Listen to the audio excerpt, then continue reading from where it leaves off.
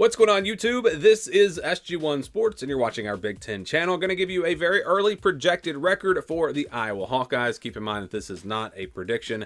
It's simply a projection based off of how tough their schedule is and how good we expect each team to be. Before we get to the projections for 2024, let's look back at some of the projections from last season.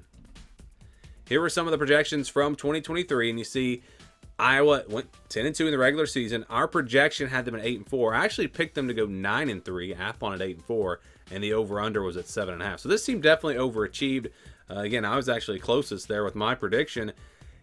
I don't know if they really overachieved in terms of was this team better than we thought they were going to be. It really, I think, was just about the teams that they played were not very good, and a lot of those teams were disappointments. And that's a big reason why they went 10-2. We could see that again in 2024. Again, their schedule is not all that tough. Here it is, and this is the scale that we use. If it's less than 20 or over 80, those are games that are pretty much guaranteed wins or losses. 20-29, 71-80, games where I think the spread is going to be double digits. 30-39, 61-70, games where I think the spread will be about a touchdown, 6, 7, 8 points. And then your 50-50 games will stay in the white. Those are games where I think the spread will be less than 6, and games that really could go either way.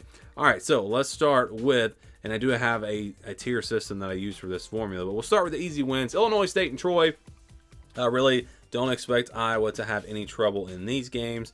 You know, obviously Illinois State is closer to 99%, whereas Troy may be closer to 90%, but they're both in that range of 80+%.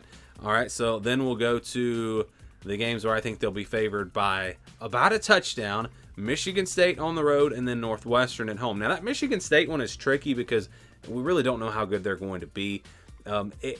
With the formula that I use, I could really put that game in the white or the purple, but I can tell you that it would not, if I put that in the white, made it a 50-50 game, it would not change the projection. So when you get to the record here at the end of the video, keep that in mind. That would not have changed the projection.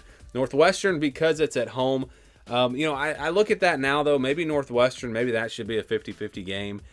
They have a lot coming back, and I did have them a tier below Iowa, and I'm going to stick with that. But again, at home for Iowa, that's why they're favored. If that game was on the road, then I think that would definitely be a 50-50 game. So you could argue both of these games could be 50-50 games if you wanted to, but maybe some of the 50-50 games you could argue they could be in the 61-70 range. So that's why it's kind of tough to do these projections and not give away predictions, but simply use the formula here. So you go to the games that they're going to be underdogs. I think Ohio State's a game where they're a clear underdog.